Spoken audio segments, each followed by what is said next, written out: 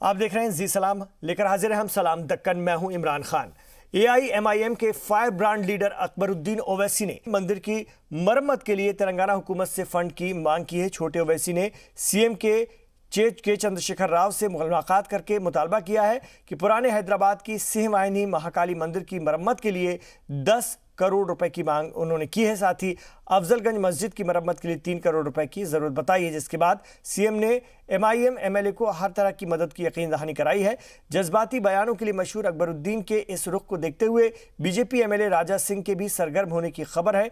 जराये के मुताबिक राजा सिंह ने भी पुराने शहर की अहमद शाही मस्जिद का दौरा कर मस्जिद की मरम्मत में हर तरह की मदद का भरोसा दिया है।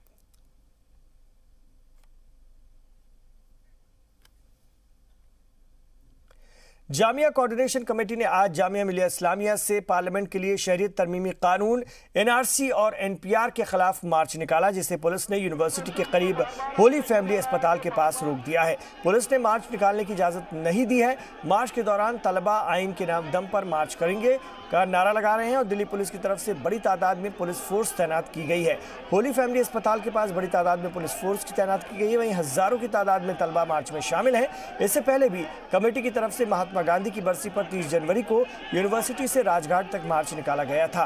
मार्च निकालने से पहले जामिया कोऑर्डिनेशन कमेटी ने CAA NRC के खिलाफ पार्लियामेंट तक मार्च निकालने का ऐलान किया था। कमेटी ने अपील करते हुए कहा था कि इस मार्च में शामिल होकर हर कोई मरकजी हुकूमत तक अपनी आवाज पहुंचाए।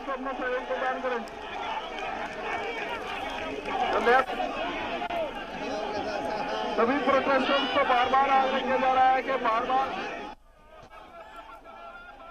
शहरियत तरमीमी कानून बन चुका है, या यूं कहें कि इसे कानून बने हुए तकरीबन 2 माह हो चुके हैं, लेकिन इस कानून की मुखालफत अभी तक जारी है। और अब दिल्ली पुलिस ने मंडी हाउस के बाहर CAA के खिलाफ एहतजाज करने की इजाजत नहीं दी है। पुलिस के मुताबिक इस वक्त पार्लियामेंट में बजट इजलास चल रहा है, जिसकी वजह से एहतजाजियों को CAA के खिलाफ एहतजाज करने की इजाजत नहीं दी गई है।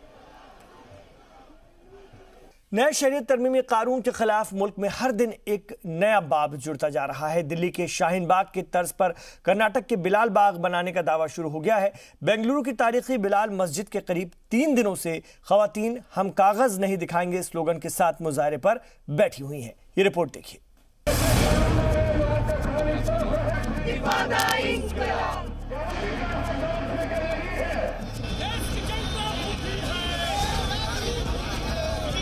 नए शहरियत तरमीमी कानून को हर हिंदुस्तानी के लिए खतरनाक बताते हुए मुजाहिरीन कागज नहीं दिखाने का दावा कर रही हैं।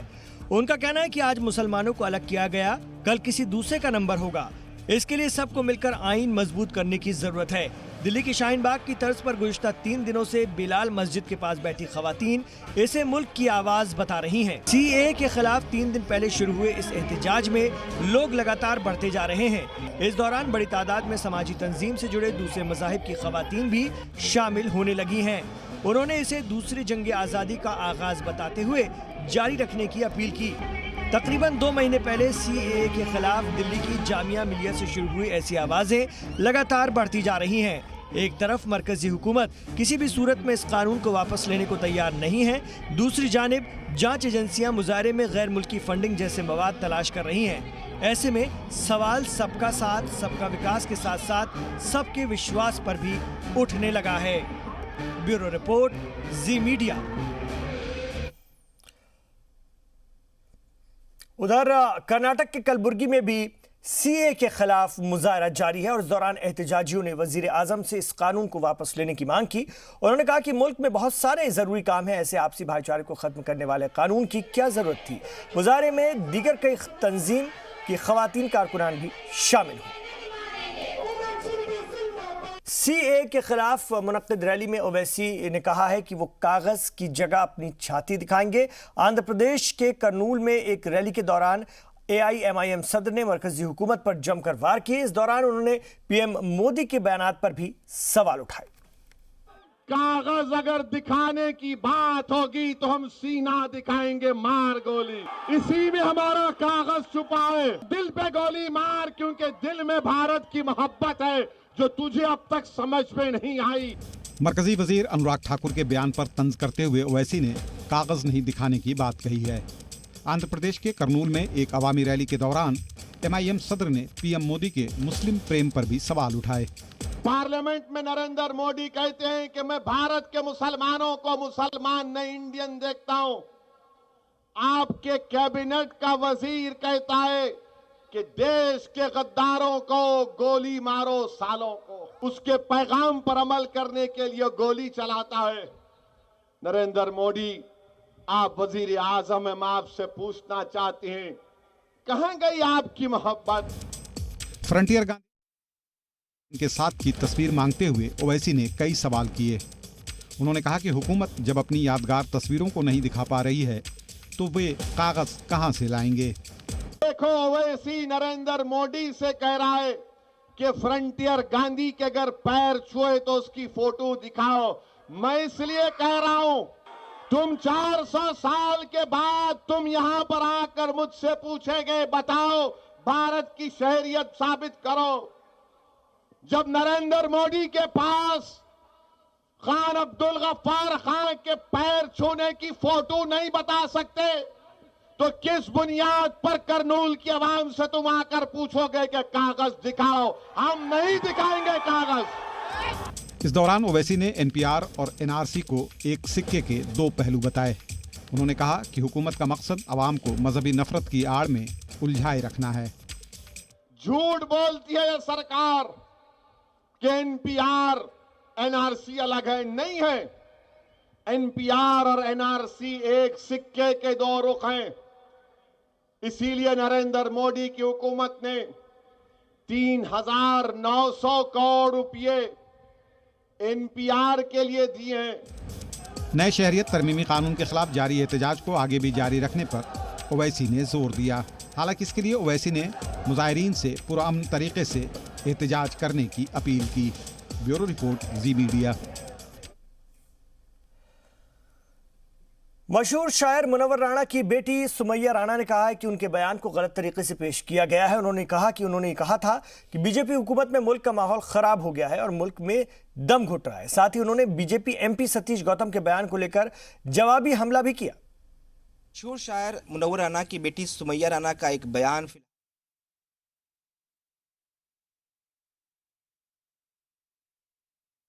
लिए खुद सुमैया राणा हमारे साथ हैं। मैम, आपका एक बयान है जिसमें आपने कहा है कि इस देश में दम घुट रहा है। इस बयान को क्या हम कंट्रोवर्शियल बयान कहें आपका, और इस बयान के पीछे मकसद क्या था, क्यों आपने इस तरह का बयान दिया? देखिए, अगर मेरे बयान को आपने तफसील से पूरा देखा होता तो उसमें मैंने पहले इस मुल्क के जो मौजूदा हालात हैं वो बयान किए कि किस तरह पुलिस का उत्पीड़न हो रहा है। सरकार जब से भारतीय जनता पार्टी सत्ता में आई है 2014 से केंद्र में और यूपी में 2017 से, तो कहीं ना कहीं कुछ ना कुछ ऐसे मुद्दे राष्ट्रीय लेवल पे भी उछाले जा रहे हैं जिससे हिंदू मुस्लिमों के बीच एक खाई बनती चली जा रही है। उसके बाद अभी रिसेंटली जब इन्होंने CA का ये ड्रामा बोलेंगे हम कि जो एक जिसमें आपने संविधान के प्रिएम्बल को पूरे नकार दिया है, ठीक है, तो वी द पीपल से शुरू होने के बजाय आप उसको आ द पीपल करना शुरू चाह रहे हैं कि उसमें जब ये बात है कि कोई भी किसी को भी नागरिकता हमारे देश में धर्म के आधार पर नहीं दी जा सकती या रिजेक्ट की जा सकती है, तो आप इस तरह के कानून बना करके जनता को क्या मैसेज देना चाह रहे हैं? तो मैंने इतना बोला था कि जिस तरह की जहरीली आबो हवा भारतीय जनता पार्टी ने, नाम लेके मैंने कहा था, भारतीय जनता पार्टी ने फ़ज़ा में नफ़रतें घोल दी हैं, नफ़रत की आंधियाँ चला दी हैं। ऐसे में घुटन महसूस हो रही है। वो घुटन सुमैया राणा को सिर्फ नहीं महसूस हो रही है, हर उस हिंदुस्तानी को महसूस हो रही है जिसको अपने देश से प्यार है, जो यहाँ की अनेकता में एकता से प्यार करता था, जो इंटीग्रिटी इन यूनिटी में से प्यार करता था। तो मैंने ऐसा क्या गलत बयान दे दिया जो कंट्रोवर्शियल हो गया? कंट्रोवर्शियल वो बयान देते हैं जो गोली मारो वाले नारे लगाते हैं जाकर के। आजमगढ़ के बिलरियागंज के जौहर पार्क में CA और NRC के खिलाफ मुजाहरे में मुस्लिम खवातीन पर लाठीचार्ज को लेकर साबिक वजीर आला अखिलेश यादव अपने ही पार्लिमानी हलके में लोगों के निशाने पर हैं।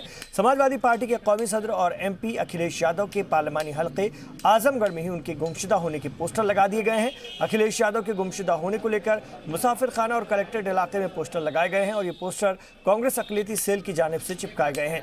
इसमें कांग्रेस ने सवाल किया है कि सीए और एनआरसी के खिलाफ मुजाहरे के दौरान पुलिस मुस्लिम खवातीन पर बर्बरता पर अखिलेश यादव क्यों चुप हैं।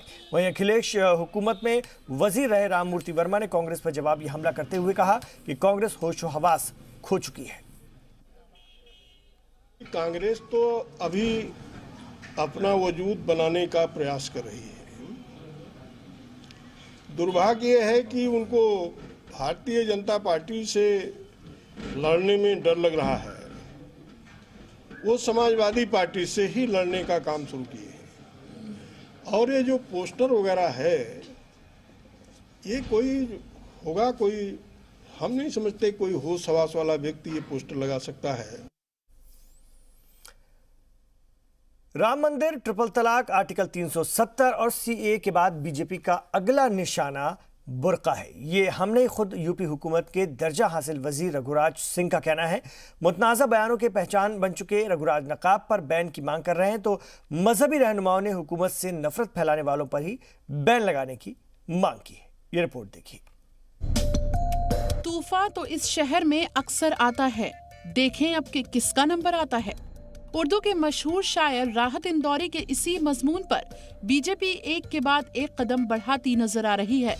तलाक़ सलासा, आर्टिकल 370 और शहरियत तरमीमी कानून के बाद बीजेपी लीडरान ने बुर्के को भी निशाना बनाना शुरू कर दिया है। देवताओं के वंशज ही बुर्का पहन सकते हैं, आम आदमी बुर्का नहीं पहनेगा। यूपी के दर्जा हासिल वजीर के बयान का असल मकसद पूछते मुस्लिम तबके का ये अंदाज कई सवाल पैदा करता है। हिंदुस्तानी सकाफत की शनाख्त कर रहे पर्दे को लेकर रघुराज को बीजेपी एमएलए संगीत सोम की भी हिमायत मिल गई। मैं तो इस बात को भी कहूँगा देश की सरकार से, क्योंकि बुर्का पे प्रतिबंध लगाना चाहिए, क्योंकि बुर्का के बेस में आतंकवादी घुस जाते हैं हमारे देश में, इसलिए बुर्का पे भी प्रतिबंध लगना चाहिए। आए दिन मुस्लिम मुखालिफ बयान देने को लेकर मुस्लिम खवातीन भी नाराज नजर आईं। उनका कहना है कि बीजेपी सबका साथ, सबका विकास और सबके विश्वास की बात करती रही है, लेकिन हुकूमत अपने वुज़रा को नफरत फैलाने की छूट दे रखी है। एएमयू का नाम बदलने से लेकर मुसलमानों को मार भगाने जैसे बयान देने वाले रघुराज पर हुकूमत और पुलिस इंतजामिया भी मेहरबान है। नहीं तो हुकूमत मुखालिफ बयान देने वाले डॉक्टर कफील को मुंबई से ढूंढ निकालने वाली पुलिस आइन मुखालिफ बयान देने वाले रघुराज पर खामोश नहीं रहती। ब्यूरो रिपोर्ट, जी मीडिया।